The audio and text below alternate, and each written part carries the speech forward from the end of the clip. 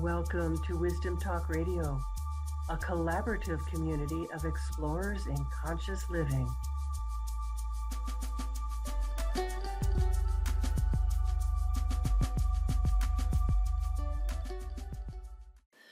Welcome to today's episode of Wisdom Talk Radio. This is where we explore the depths of conscious living and all that means, and what it truly means to live an expanded life. Join us to be inspired, encouraged, transformed, and perhaps to experience a deep sense of joy and possibility. What do you do when life events, your own life events, get in the way of living the life that you long for? Where do you focus your attention so that you can actually move forward? Well, my guest today is sure to bring you into the art of the possible so that you can make your desires real. I'm Laurie Seymour, host of Wisdom Talk Radio and CEO and founder of the Baca Institute, home of the quantum connection process. You can go to the Baca Institute to discover your unique connection with the essence of who you are by taking the quantum connection quiz. Why quantum connection?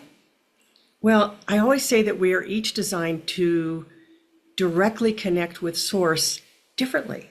And knowing your own style helps you to open a deeper connection with the universe and with that connection, with your own connection. That is really the secret to creating what you want in your life and making it real, because who you are is exactly who is needed. So my guest today is Allison Jeffereys. She is the author of the Amazon best-selling book, A Woman's Guide to Surviving Divorce. She is also a transformational life coach for women, although I'm going to jump in here right now. And this episode is not just about something for women. It is absolutely for women and for men, not just women and the men who love them, but equally so. And I know Allison will speak to that. Allison has had a 30-plus year corporate career working for multiple Fortune 100 companies in the financial industry. And as a coach, Allison helps women make peace with their past, find beauty in the woman she was born to be, and create a life she loves. That's pretty powerful. She is also an avid horse lover, and if you're watching this on YouTube, you'll see some horsey kind of things behind her. She lives on a 60-acre horse ranch in Texas with the love of her life and their 5 horses. Welcome, Allison. I'm really delighted you are here today with me and with our audience. Thank you, Laurie. I'm excited to be here. Excellent. Okay. Well, let's dive in. You talk a lot about people having superpowers. Like I talk about people's quantum connection style. This is a little different, and I'd love to first of all know what you mean by superpowers, how you think about those. And then somewhere in there, tell me about yours. What's your superpower? I think that, each one of us is created as an individual, whether it's as we chose to be or as we were created to be, however you believe the world works, and that's fine. But we're each different. And if you look at just the DNA of it, we're 1 in a billion. And then when you add your life experiences into it, you become 1 in a trillion because no one is like you. Yeah. And that's where our superpowers lie, and not finding our commonalities with everyone else, which is how we've kind of been taught to go through life. Figure out where you fit in, figure out how you're like everybody else. And in the truth of it, for me, I think that it's in those individual quirks. It's in those little things that we do differently than other people that our superpowers reside. Because we see what others don't see. We hear what others don't hear, and we put things together, maybe with a different kind of math than everyone else does. Yes. And in that comes out some pretty cool stuff because you're getting outside of that box that we've been taught to live in. You know, that black and white box of this is the way it's supposed to be and this is the way it works. And, Mm. you know, I don't know many people that have ever found that life went exactly like it's supposed to go. I don't know about you, but in my life, that hasn't really happened for many people I know. No, no. So on this roller coaster of, life, we all at some point come to that place where we know there has to be more. Like there's more, got to be more. Something's missing.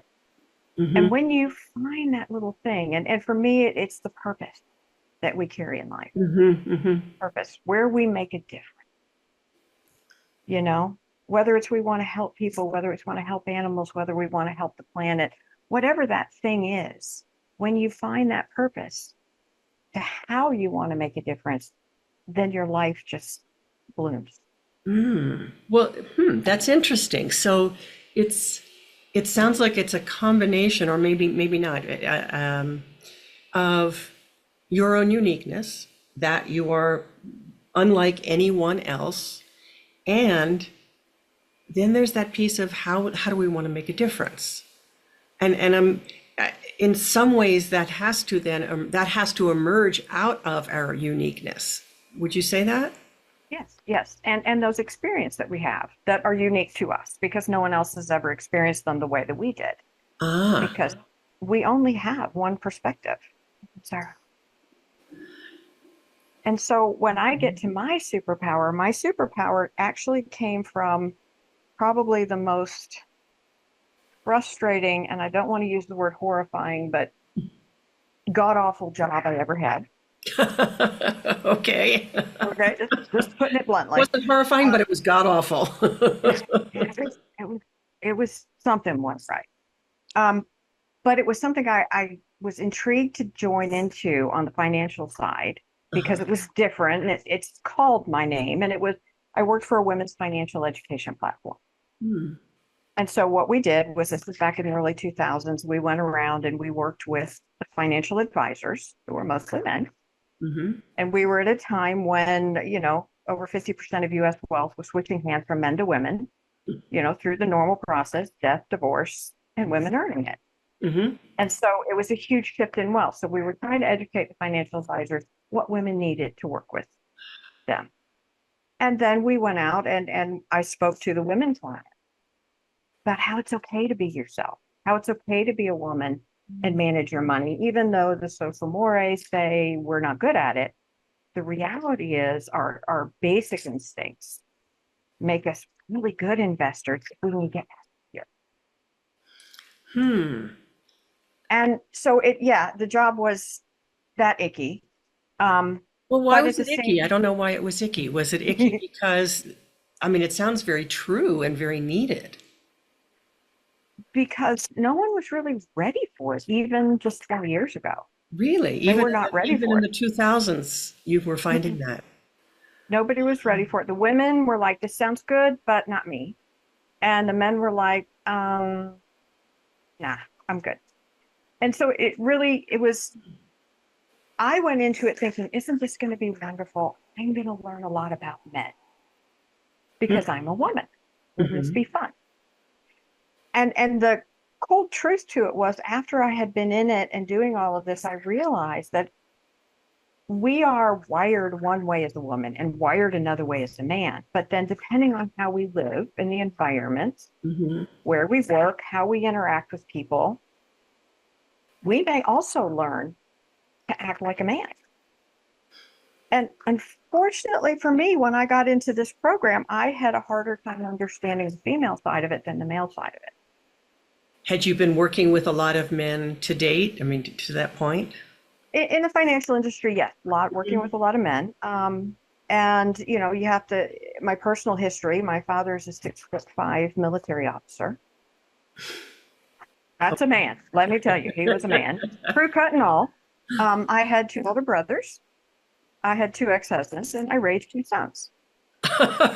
Okay. So now I'm with the love of my life, and he's the one that's going to stick, and it's all good. And even he, when I met him, he was like, "What? Why are you trying to act like a guy? Why are you?" Ah.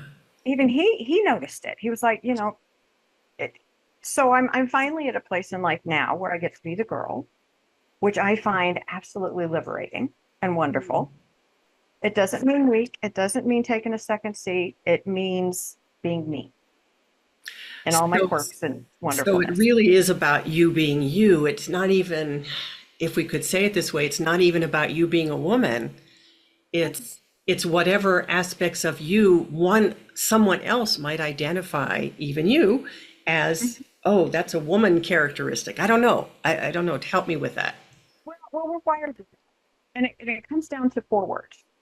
If I could take you all the way back into anthropology and make this make sense for you, but Hmm. men and women, we've got millions of or thousands of years of evolution Hmm. that brought us to where we are. And in the last 150 to 200 years, everything's taken that quantum shift because of the industrial revolution that has changed everyone's roles, men and women alike. Our roles have all changed because of that industrial revolution. Hmm. Our wiring doesn't change in 2 to 3 generations. You know, that evolution does not change in that 2 to 3 generations. So you have to go back a little bit to understand where the disconnects come in. Hmm. So for women, going traditional, I'm going to say this. This is my disclaimer. Men and women are different, not better, not worse. Yes. They coexist in each of us. We each have male characteristics and female Hmm. characteristics. We have women who lose their husbands and raise children just fine doing everything. We have men who lose their wives and raise their children just fine doing both parts. But wiring wise, women are wired to nurture and nourish, and men are wired to provide and protect. Okay, so let me stop you there for a second. So we Mhm, have that's quite high level. But mhm, then we have where we started from, you and I today, in we have these billions of combinations. mhm, mhm. So the who you really are and how you want to show up in your world comes down to a whole lot more than your wiring. The wiring is a piece of it. Wiring is the fundamentals of it, Hmm. where we say, wait a minute, what am I doing? Hmm. Something isn't right. And in the end, it comes down to who do you choose?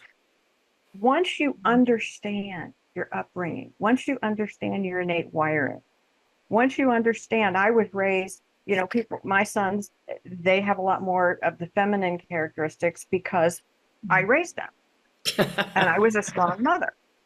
And, that's the way it was. This is not a bad thing. These are good things. But yet, my son, who has 2 sons of his own, is an amazing. Hmm. How did I do that? How did I turn him into an amazing father when his was not so much? And, but yet he got all those skills. How did he get those skills to raise his son so beautifully? Hmm. So we have to look at how we're wired, Hmm. how our DNA works, how our evolution works. And then we have the choice to say, now, in all of this, who do I choose to be? Hmm. So when you find that reason to make a difference, then all those choices come together in who you choose to be. So that feels like the connecting core somehow. Mhm. And that's what we're all missing is we go through life. This is what I'm supposed to do. This is what I'm supposed to, this is what this one wants. That's what my boss wants. Hmm. Everything out there. Hmm. Go through life meeting all the needs out there. And we forget what's in here. And this is where we are. We Hmm. are part of this equation. My We are the conception, equation. even better. We are the equation. And everything we think is a result of our experience, our perception, what's happened with us. Everyone else out there is their perception, their reactions to what's happened with them and who they are. Hmm. But I think the superpower comes in when we realize I went through that experience at that job. It intrigued me. It called to me. I had to do it. Hmm. not the best experience in my life, but what came out of it was my life purpose to make a difference and Mm. how I was going to make a difference. And so Huh. it's in knowing that difference between the divine masculine and the divine feminine, understanding how they both operate, understanding the synergies between them Mm-hmm. that make the beauty when you understand how they work together and that it's okay to make your life better. And then once I learned how to make my life better, help other people do the same. So talk to us about that divine masculine, divine feminine, and how that for you has related to your superpower and your purpose. Um, you know, Mm-hmm. go to the nurture, nourish, provide, and Mm-hmm. protect. Those are, if you watch anything out there on the difference between the divine masculine, divine feminine, those are going to be the cores. Those are the core of it. Okay. Our biological role in this world. Women procreate, men protect what's procreated.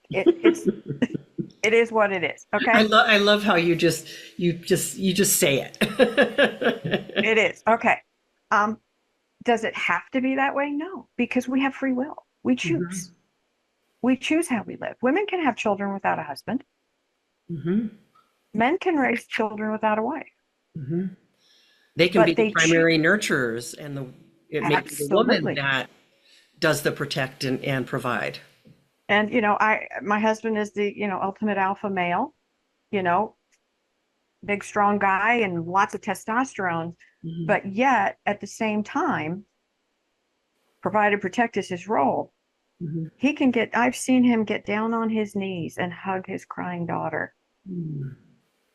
and hold her and let her cry Hmm. and nurture her Yeah. and nourish her. So I don't want anyone to think I'm saying you do one or the other. You don't have to do one or the other. You choose the parts that fit you. Hmm. You choose the parts that work for you. So, yes, I love to nurture and nourish women. I love to help women have more fulfilling lives because that's my purpose. I get to make a difference because when you help a woman takes everything you teach her and goes out and shares it with her whole community. Mm. So, women are exponential. So, I can help touch so many more people than I ever work with just through the women that I work with. Hmm. Um, but at the same time, as a coach, if I were to be you know, the crazy definition of the meek, mild little nurture nourisher, Oh. I wouldn't I wouldn't have the courage or the self-confidence to tell people, when they're giving me BS, they're giving me BS. No, I'm not going to take that. I Hmm. want you don't tell me something that's not true because that means you're telling yourself something that's not true. Hmm. So I have to have more of those provide and protect qualities as well Hmm. as I'm helping people through this. Because while they're opening their soul up to themselves and facing some hard truths and realities and making some hard choices, they still need to be provided for and protected as they go through that process. Hmm. So for me, it's about leveraging the best of everything that you've got and using it all. And why not? Why not? So, do you feel like in your experience as a coach that people decide they can't? I mean, they're coming to you because somewhere they've decided that they can't have the best of it all. They don't know how. They don't even know what. They know there's something more. They Hmm. don't even know what. They just know something isn't when they take those quiet moments to go inside. Hmm. They're not comfortable. Ah. They're not comfortable because they don't know who they are. They don't understand why. And I'll give you my quintessential example. You bring in a group of professional women and you look at them and you say, why is it you can go to work all day long and make all these decisions? I used to make $1 million decisions like this. Hmm. And yet when I walked in the door at the end of the day of work and somebody came up to me and said, "What's for dinner?" I would melt down. Say more. Why? Because I went from the male decision making cycle, decision Hmm. decision making process that works in the business world Hmm. because it's built by men. And so the decision making process is very linear, very direct. Hmm. Point A, point B, point C, make a decision, get it done. Hmm. And you learn to do that in the corporate world. Absolutely. Having been part of that, yes. Okay. And if that didn't work, well, then we'll figure something else out, but we're going to do it this way and we're going to go. Where in the female world, it is a very different. So if I were to diagram it, it's an arrow for a male decision, just very straightforward. And you send it out to the target. You either hit the target or you don't. Done. For women, I would give you a box, a cardboard box that's this big. And you'd reach into it, and out would come this metal cylindrical thing that starts to come apart. It's a Mm. slinky. Now, those go out to 85 feet. I know stuff. I watch the History Channel. And they go 85 feet of this. Hmm. Guess what? I just diagrammed the female decision making process So, because we have to figure everything and everyone out there that this decision I'm making touches mm. and But how it impacts them, and then come to a perfect decision. but you're speaking about this as if it's this or that, and life isn't like that. People aren't like that. I'm not all this or all that, and men are, it's not just a linear decision-making process. It's, when people become more conscious, we get to do it all, as you've said. So when it's not either or, and we understand that there's maybe a greater dominance of one style or one way of doing something or another. Why did you melt down as a what do we have for dinner? Well, because if you've got a couple kids, what will they eat? Okay, so that's one Okay. of the swirls. What will my husband eat? What do I have in the pantry? What does it cost? Because, we've got to be on a budget because the economy isn't going very well and I don't have a lot of money and I'd really love a steak tonight for dinner. But if we have steaks, then do I cook them for my kids too, or do I make them hot dogs? And what message does that send? And, by the way, and my husband needs more meat because he's working outside and he's being very physical. And my kids, well, I don't want to give them hot dogs because, I need to think about what's in the hot dog. So, but I want to give them something healthy. So how do I make sure my kids get something healthy, but that they actually will eat? And it goes on and it Whew, goes on and it goes on until you get to the perfect decision. you've just left me breathless. But I totally understand. I Mhm. totally understand that because that is a good snapshot of the kinds of things that go on. So, So I take you to, axioms are there for a reason because they bear a little bit of truth. mhm. I do believe it was a man who made up the saying, you know, it's a woman's prerogative to change her mind. Mm. And my answer to that is they didn't understand. We just hadn't made it up yet. We were going through the 1,000 iterations. Does that make sense? It does. Ooh, I'm going to get political with you for a minute. Yeah. And not exactly, but more about how I've heard people say, well, so and so, and I'm not even thinking about the current presidential race, Mhm. which we're on this side of it. By the time this comes out, we'll be on the other side of it. But I hear people say, well, a woman shouldn't be president because. And I could imagine someone using what you've said to say, well, she's not going to be able to make a quick decision. What happens when, there's a nuclear, you're the holder of the nuclear codes and you've got to make a decision. Do we do this or do we attack or not? But it comes down to the person because Hmm. part of it is knowing the difference and knowing which style is going to work right now. Ah, When I'm at work, I have no problems getting things done. uh-huh. If I drive up onto a car accident, I have no problems triaging that situation Hmm. and deciding what needs to be done. But when I'm in my home with my family Mhm. and I'm the mom or the wife or the grandma, I'm working from my female side, my nurture and nourish. Okay. Now, when my one son carried my other son in with his knee bleeding, Mm-hmm. you would, okay, no, I didn't go into nurture and nourish. I went into provide and protect. What the heck's going on? Let me see Mm-hmm. what's going on. Let's get him to the emergency room. Let's get some stitches in this and let's take care of this. Yeah.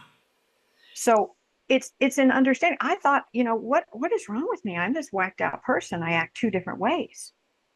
No, I'm not. I just know how to use them both. Yes, you've got the whole range. And this is where that choice comes in. Mm-hmm. That superpower of being able to say, what do I choose? Who do I choose to be right now? Hmm. And And what is and yes, for needed? our What about that piece? There's the choice, but there's also meeting the what's needed. moment. Yeah. Yeah. Yeah. What's needed right now? What's going to get me where I need to be the best. Mm-hmm. Okay. Mm-hmm. And yes, if somebody has their finger over a nuclear button, one would hope they are looking for the perfect decision, Truly.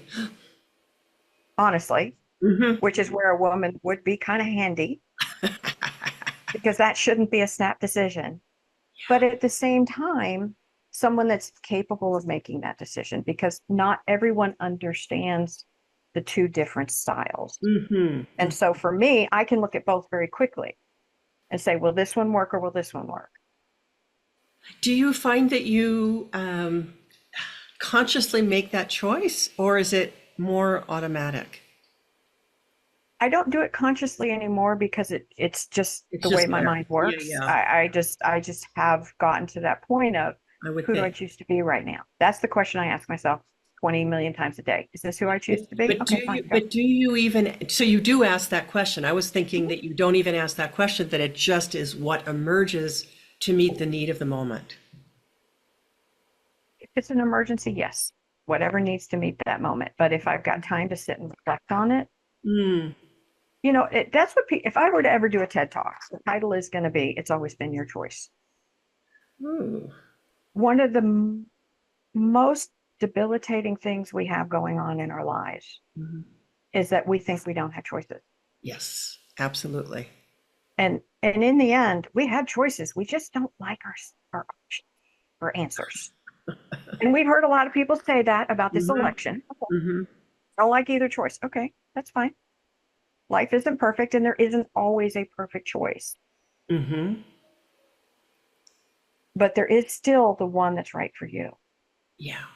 And it And may that not sometimes be takes even the right one for someone else, even in Mhm, because your decision will impact them, but it still has to come down to what is your best decision? What is your mhm, right decision? That's mhm. what I hear you And say. yes. And so for women, the first thing I have to teach them to do is to understand that we were taught to live our lives as men do Hmm. too, women and men. We are taught to live our lives based on everybody out there. Hmm. And we make all these decisions based on what's best for everybody out there. And we ignore this one Hmm. ourselves. Hmm. What I teach my clients to do is to first ask that question, what is right for me? Hmm. Now, if I want to do this and it's appropriate for the situation, go for it. Yeah. But in This the end, meaning go through the cycles of all the different options and mhm, pieces and outcomes, mhm, and it's quite a profound thing that you describe. You said it so quickly in a way that, like, so it makes it seem like a woman's process of decision making is chaotic, but in fact it is so multidimensional. Really, what I hear you mhm. speaking to is how multidimensional it is. Yes. And so once you get to that place where you understand that we live from the inside out in Mm-hmm. a world that's all out there, Mm-hmm. and we take power back inside to live from the inside out as opposed to live from the outside in, Right. all you're doing is changing the order or actually adding yourself into the equation. Mm-hmm. to say, before I go through that, what's best for me? What do I want in this moment? Mm-hmm. And then say, yes, okay, I love Japanese, but we've had it 4 times this month, and my husband loves Mexican food. So what do I want for dinner tonight? Mm-hmm. You know what? I really would love to say Japanese again, but I love my husband. So we're going for Mexican. Mm-hmm. And at that point, not accommodating, and there's an accommodation resentment cycle that we go through as women. I can't Mm-hmm. speak for men, but I can speak for women, that we accommodate because this is what they want. He wants the Mexican food. And the old me would have said, no, he's going to want Mexican. We got to go for Mexican. Okay, fine. And then I'm mad the whole Yeah, and meal. then, oh damn, I don't really want Mexican. Yeah. Versus, you know what? I want him to be happy. I've had enough Japanese. Mm-hmm. I go to gun shows with him. It's like watching paint dry for me until I watch him, and I watch him having fun, Oh. and I watch him interacting, and I watch his face. And you Mm-hmm. know what? I'll go to one with him any day of the week. You found how to do it in a way that suits both of you, that creates a real beautiful experience. So I'm not when I accommodate, I acknowledge it was my choice to accommodate. Yes. Yeah. And that's where the making the choices comes in. Yes. I made this choice. I'll live with it because I know me and I know I did the best that I could with what I have at the time. Mm-hmm. And what is a mistake? A mistake is doing something before you have all the knowledge that you will have at some later point in time. But since we can't have the down the road information, is it truly a mistake? Bingo, Mhm. bingo. By defining a mistake that way, it takes all of the punishment out of it. Ah, I great. did the best I could with what I had at the time. Hmm. It's all any of us can do. Right, right. And when we quit judging ourselves that harshly, we Mhm. will quit judging everyone else that harshly. Mm. So a mistake, okay, so you made a mistake. All right, let's talk about it. Hmm. What you learned? Okay, great. Would you do it again? No. Forgiveness, done. So then when you, because I'm thinking back to the fact that you wrote this book about surviving divorce, um, it's more like what comes after? Because you got married. Yes, I made a choice. I have to live with it because of this, Mhm. that, and the other. Okay, now I have more information and I want to make a different choice. And I was actually working at the women's financial education platform when I was going through my divorce, my Ah, second one. And so the book was literally written both for men and for women mm-hmm. to read, to understand the drama that goes on in our own heads and our own hearts. Mm, Why we're afraid to tell anybody, why we're afraid of being judged, why we're afraid of messing this up, and why we melt down because we don't know what to do because there is no right decision. mm-hmm. Mm-hmm. There is no right decision. And there's no time more that a woman is working from her wiring than when she's dealing with her relationships, Mm-hmm. and a man as well. Yeah. When I don't understand my husband's behavior, I step back and I go, oh, okay, he's providing or protecting, Say it again. He's what? providing or protecting. Ah, okay. When I don't understand it, I look at it in that vantage point and I go, oh yes, that's what he's doing. And Okay. it's okay. And it's okay. Just just like when I'm trying to serve him his meals and do this and do that, and he calls me mom. And I say, thank you. I never met her, but I Mhm. heard she was a wonderful person. So we're good. Mhm. It changes the way you hear things and the way you Mhm. interpret them. Yeah, there's so much more space in it all, and I love that about it. It's about coming to that place of, for each and every one of us, if you were to have my opinion and would make the world perfect, if each of us could get to a place of unconditional love for themselves Mm-hmm. and unconditional forgiveness, and we could practice that on ourselves, we would be much kinder and nicer people to everyone else. Absolutely. And we wouldn't even have to think about how to do it for someone else when we can do it for ourselves, because it would be what would be natural. It would be our natural state. And forgiveness, that's that one thing that's so hard for people. It's hard to forgive someone else. It's impossible to forgive yourself. You think of something that happened when you were 8 years old, and all of a sudden your gut clenches and you're like, oh, Yeah. wait a minute, what am I doing? No, that's that opportunity to forgive yourself. Yeah. And, my teacher always said, or often said, when she would do something, when she'd be in judgment about something or about herself, about someone else, she'd say, oops, for a moment, I forgot who I am. Meaning, I forgot that fullness of who I am. I forgot myself. I forgot that I have unconditional love, and that I am unconditional love. And so let's just move on, because, oh, of course, yeah, oops, I forgot. And now I remember. And I think as a coach, I always start with my clients, what are the 3 things I'm not going to do? First of all, I'm not going to judge you. Okay, I'm not going to judge you, because if there's a mistake to be made, I've either made it or thought about making it. And I won't tell you which is which, but there's a lot of them. And the point is, how can I judge you if I'm not perfect? Done. It's easy. I don't have to judge anyone else. I don't have to. The second thing I won't do is I won't tell them what to do. Because it's not my life. I'm not you. I know what's right for me. I can tell you all day long what's right for me, but that may not be right for you. So I can't tell you what to do. I'm going to teach you how to make your choices. I'm going to teach you how to prioritize. I'm going to teach you how to go through the drill and get to that place where you're not accommodating without it being a conscious, acceptable choice. Yeah. And then the last thing I tell them is I can't fix you. And I won't fix you, because I don't think you're broken. We are each exactly who we're meant to be. Quirks and all. Yep.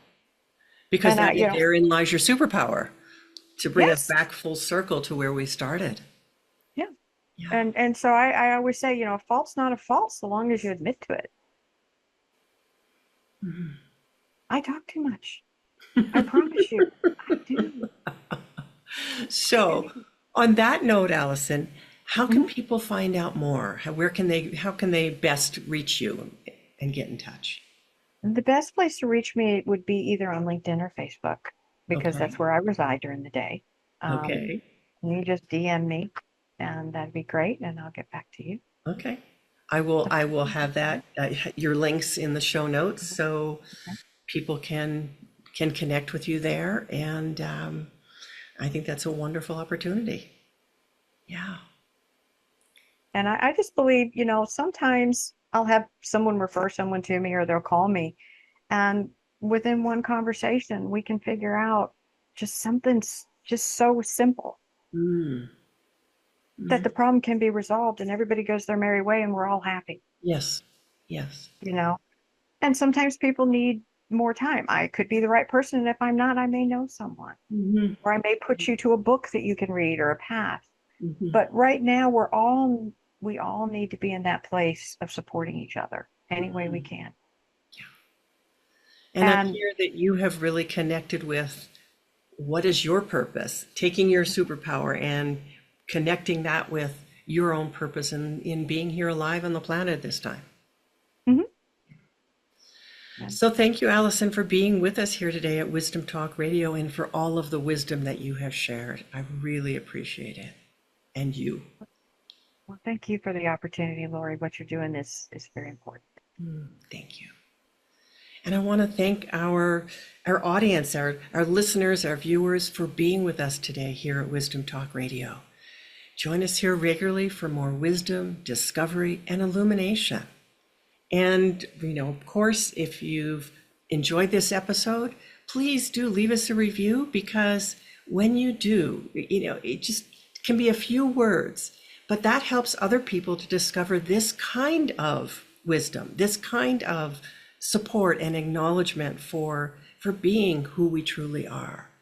And that's what transforms the world. So please do.